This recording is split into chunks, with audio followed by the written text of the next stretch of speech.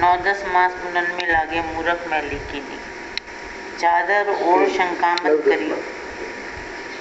अब ये चादर बुनने में, यानी एक काया की चादर,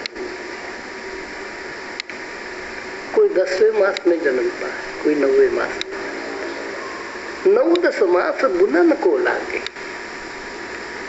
और इसके अंदर इतने बारीक धागों का जाल है जिसको आप आंखों से नहीं देख सकते हैं। बड़ी बड़ी नसें आपको दिखाई देती है हाथ पर, पैरों पर, शरीर पर, लेकिन इतनी नसें नहीं है। मिसाल के तौर पर, मोटी मिसाल है, उससे भी बारीक है हमारी ये काया का जाला। कैसे होते हैं रामातोरी, पुराने जमाने में नहाते समय रामातोरी को ऊपर के पक्की रामातोरी बीज वाली हो जानी, तो उसको स्पंजिंग करने के लिए उसको भिगा देते थे, ऊपर का सारा छिलका निकल जाता था, अंदर के बीज भी निकाल देते थे, और उसका जो कूचा रहता था उसका जाला देख लो आप कभी भिगो कर लो, इनके डब्बे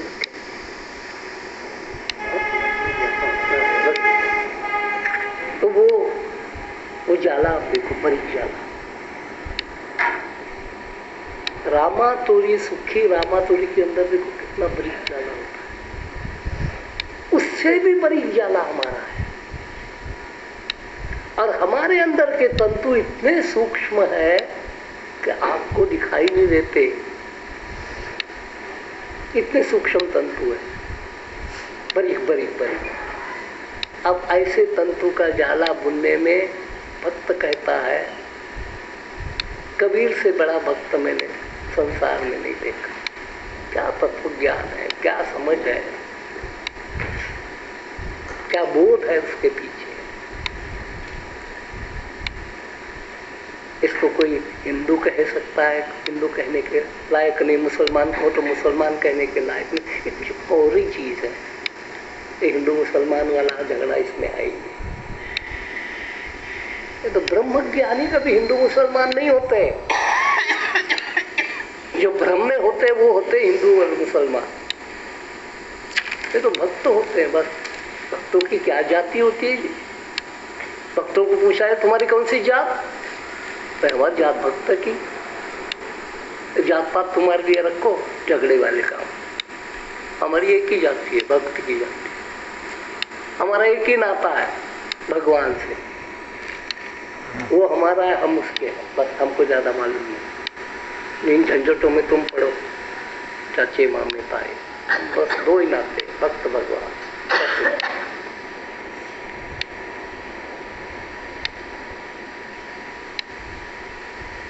9-10 मास लागे सीना। आगे मूर्ख मैली। अब जो मूर्ख है ऐसी चादर को मैली करते हैं, दाग लगाते हैं, और दाग लगाने में सारे एक से एक बढ़कर है।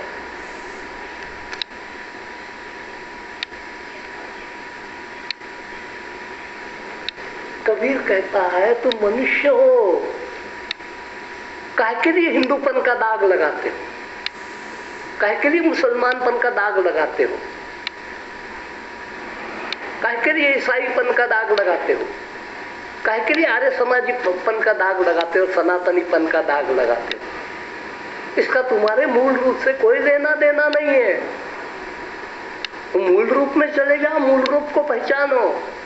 न वो हिंदू है, न मुसलमान है, न ईसाई है, न आर्य समाजी है, न सनातनी है, न राधा स्वामी पंथी है, न फलाना पंथी है, फलाना सिक्का है, न कुछ भी। लेकिन आपको आदत है, क्योंकि आपको इस संसार में घूमना नहीं आता, इसलिए जहां जहां टकराते हो वहां की गंदगी आपको चिपक जाती है, और आप फिर बहुरंगी दिखाई देते हो। चादर को इधर से देखो तो लाल लगेगी, उधर से देखो वो पीली लगेगी, इधर से देखो तो हरी लगेगी, इधर से देखो तो नीली लगेगी, क्योंकि सारे दुनिया भर के रंग चिमका लिए तुमने अपने आप में। मैं तुमको इसलिए नहीं दुनिया में भेजा था कि कौन कुशल है, कौन सा इतना समझदार है, कौन इतना बुद्धिमान है कि रंगों के बीच में से गुजर जाएगा लेकिन रंग नहीं लगने देगा। आपकी बुद्धि की कसौटी करना चाहता हूं।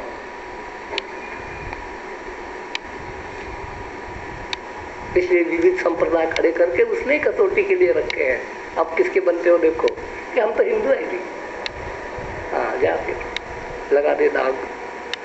हम तो मुसलमान हैं, हम शिया हैं, हम सुन्नी हैं, हम रोमन कैथोलिक हैं, हम प्रोटेस्टेंट हैं, हम राधा स्वामी हैं, हम सिख हैं, हम नामधारी हैं, हम फला नहीं ले लगा कितने लगते हैं। तो फिर लिपड़ा शिपड़ा आदमी भगवान के दरबार में खड़ा जाकर इधर कुछ लगा, इधर कुछ लगा, इधर भगवान कहता डरती डरती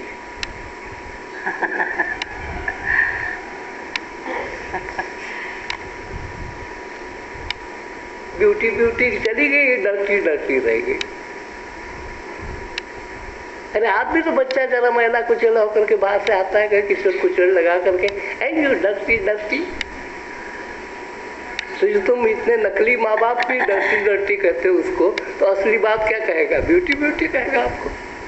डरती डरती सुमान, डरती डरती तो शनि को तेल चढ़ाने वाली, डरती डरती।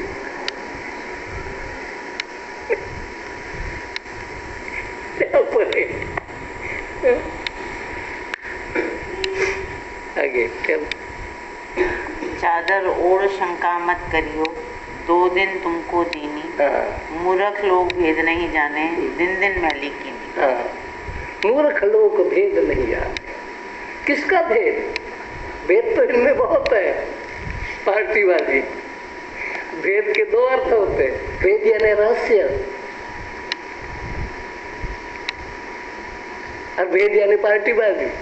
ये भेद ही तो है। मैं सिख हूँ, तू मुसलमान है, मैं हिंदू हूँ, मैं प्रोटेस्टेंट हूँ, मैं फलाना हूँ, मैं फलाना हूँ, मैं चावला हूँ, मैं चोपड़ा हूँ, मैं फलाना हूँ। सारे भेद ही तो है।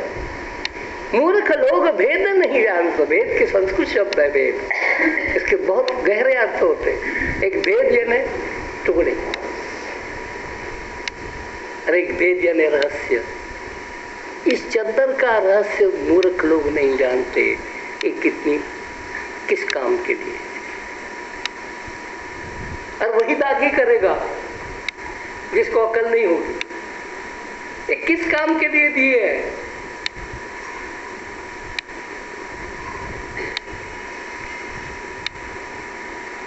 तो फिर बाजार में घूमता चला जाएगा, चद्दर दे दिए तो फिर चद्दर के एक कोने में बांधेगा जीरा, दूसरे कोने में बांधेगा धनिया, तीसरे कोने में बांधेगा हल्दी, चौथे कोने में कचड़ी बनाता जाएगा, सिकुड़ता जाएगा, पोटली लेके घर चला जाएगा। घर वालों को कहेगा बापू क्या लाया? अरे मैं बहुत लाया बच्चों तुम्हारे लिए, हल्दी लाया, धनिया लाया, जीना लाया। कबीर कहता है ये धनिया जीरा बांधने के लिए नहीं है चादर। आप यही कर रहे हो, जगत को कहता है। और क्या चादर का क्या कर रहे हो?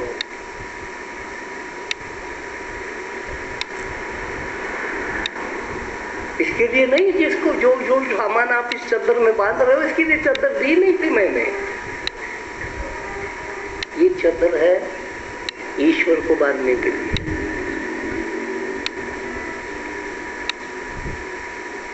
ईश्वर को बांधना आसान तो नहीं, कोई भक्ति बांध सकता। तो भगवान आपने मेरे को चादर दी थी निक्की निक्की, बहुत सुंदर, बहुत स्वच्छ, बहुत निर्मल, तो मैं उसमें निर्मल ही बांधूंगा, आपको ही बांधूंगा। आप तो मलिन है नहीं। कई बार कहते हैं ना, राम से अधिक थे राम के दास। अपनी चद्दर में जो राम को बांध लेते वो राम के दास होते। ठाकुर मेरे को पहले पता नहीं था, मैं बेहोश था, एक चद्दर का उपयोग कैसे करना चाहिए मेरे को मालूम नहीं था। अब मैं बड़ा समझदार हो गया हूँ, बोध हो गया, ज्ञान हो गया। अरे तेरे को ही बांध दूंगा इसमें, तू कहाँ जाता है? तो परमात्मा को बांधने के लिए चद्दर का उपयोग कर देता। फिर ठाकुर उसके ही हो जाएंगे। जिस चीज को आप गठड़ी में बांधते हो वो चीज आपकी हो जाती है। साथ में मनी पर्स लेकर के आते हो, नोट उसमें ठूस देते हो, नोट आपके हो जाते हैं। आगे। जब मेरी चादर बुनकर आई सतगुरु को दीनी, ऐसा रंग रंगा सतगुरु ने लालो लाल कर दीनी। जब मेरी चादर बुनकर आई, काया तैयार हो।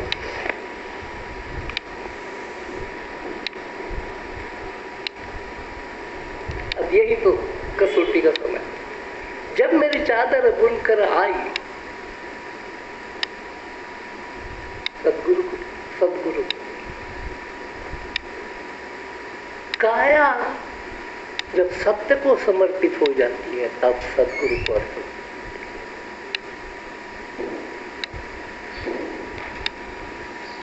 सतगुरु यानी गुहाने वाला नहीं, टोहाने वाला नहीं, आपके बीच में जो बैठा है। आपकी काया जब आपके काया का रग रग जब आप अपनी आत्मा को समर्पित कर देते हो तब फिर उसका काम होता है रंगाने का।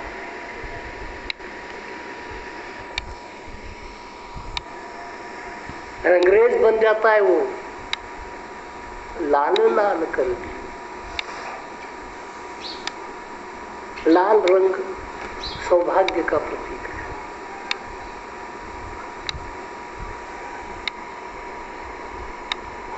आपको आपके अंदर का अगर खून सफेद हो जाए आप मर जाओगे।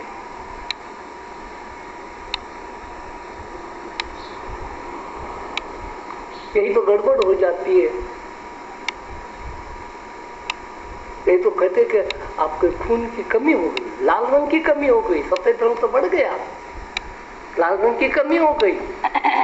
डॉक्टर ऑपरेशन करने को इनकार कर देता, खून सप्लाई करो यानी लाल रंग सप्लाई करो, लाल चाहिए। तो जब ये काया आत्मा को समर्पित हो जाती, लाल रंग जीवन का प्रतीक है, जिंदगी का प्रतीक है।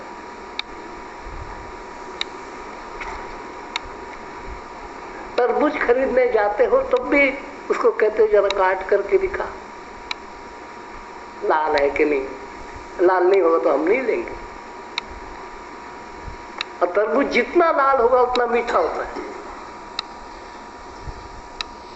और जितना फीका सफेद होगा उतना फीका होगा।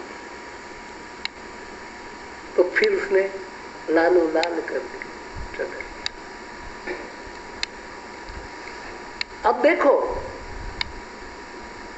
दाग लगाने से बचाया, बचाने को कहता है बार बार कि दाग न लग जाए, दाग न लग जाए, दाग न लग जाए, लेकिन रंगाने को मना नहीं कर रहा है। लाल रंग में रंगा ले।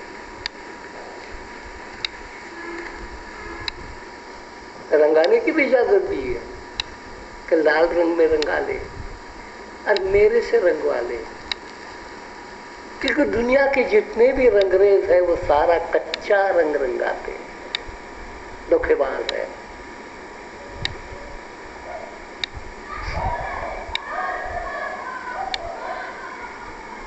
इसे तत्वज्ञानी पुरुष महापुरुष क्या कहते हैं? कहते हैं पत्नी तो बिल्कुल पति के रंग में रंगी हुई है। तो हम कहते रंगी होगी लेकिन पति का रंग भी कच्चा ही है। अब पति ऐसा है कि बिल्कुल पत्नी का होकर के रह गया, पत्नी के रंग में रंग गया। मैं कहता मूर्ख है, पत्नी के रंग में रंग गया, वो पत्नी का रंग भी कच्चा है। तो सारी दुनिया कच्चे रंग में अपने को रंगाती फिरती है। कोई पोते के रंग में रंगा होगा, कोई पोती के रंग में रंगा होगा, बेटे के रंग में रंगा होगा, किसी के रंग में रंगा होगा। तो सारे रंग कच्चे। हिंदू हमारी पम्मा के रंग में रंगी हुई, तो पम्मा कच्ची, कब मर जाएगी कुछ पता नहीं।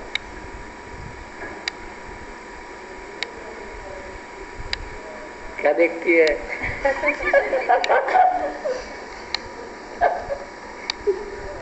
तेरी पिटाई करूंगा। तो कच्चे रंग सारे, इसलिए वो पक्का रंग परमात्मा।